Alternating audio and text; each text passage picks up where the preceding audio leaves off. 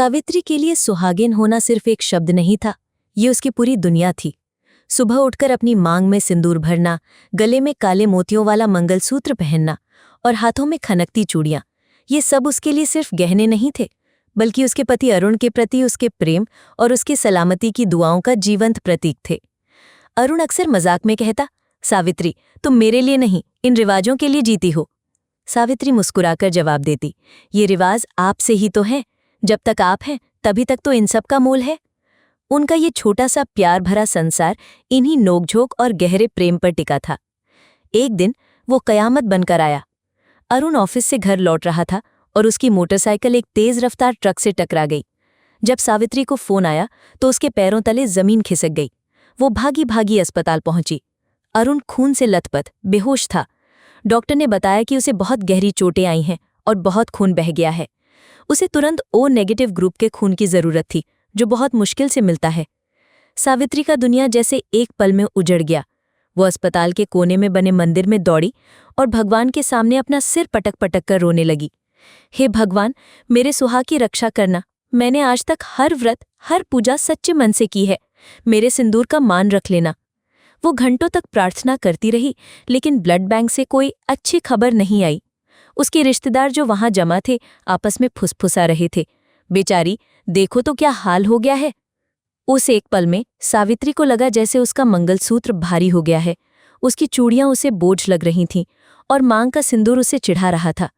ये सब तो उसके सुहाग की निशानियां थी, पर आज जब उसका सुहाग ही खतरे में था तो ये सब बेजान लग रही थीं। तभी उसके अंदर से एक आवाज आई, सिर्फ प्रार्थना करने से अरुण नहीं बचेगा, मुझे कुछ करना होगा।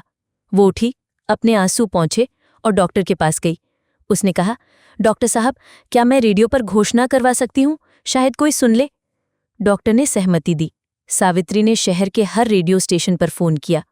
उसने अपने जान पहचान वालों को, अरुण के दोस्तों को, सबको फोन करके मदद मांगी। वो अब सिर्फ एक असहाय पत्नी नहीं थी, वो एक योद्धा बन चुकी थी, जो अपने पति की जिंदगी के लिए लड़ रही थी। घंटे बीतते गए, उम्मीदें टूट रही थीं, रात गहराने लगी थी। तभी अस्पताल में एक फौजी वर्दी पहने नौजवान आया।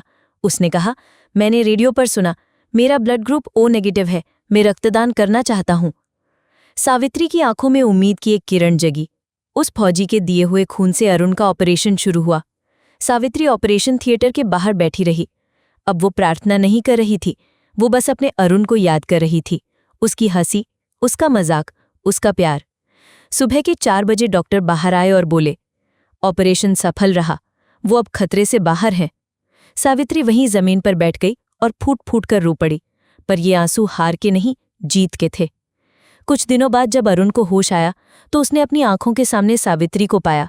उसके बाल बिखरे हुए थे, आंखें सूजी हुई थीं, पर उसके चेहरे पर एक अद्भुत शांति थी। अरुण ने उसका हाथ थामकर कहा, सावित्री, तुमने मुझे बचा लिया सावित्री। सावित्री ने उसके हाथ को चूम लिया और बोली, नहीं अरुण, हमारे प्यार ने हमें बचाया है।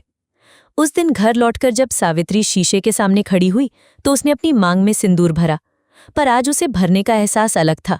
ये सिंदूर अब सिर्फ एक लिवाज या पति की लंबी उम्र का टोटका नहीं था, ये उनके अटूट प्रेम, उनके भरोसे और उस लड़ाई का प्रतीक था जिसे उन्होंने मिलकर जीता था।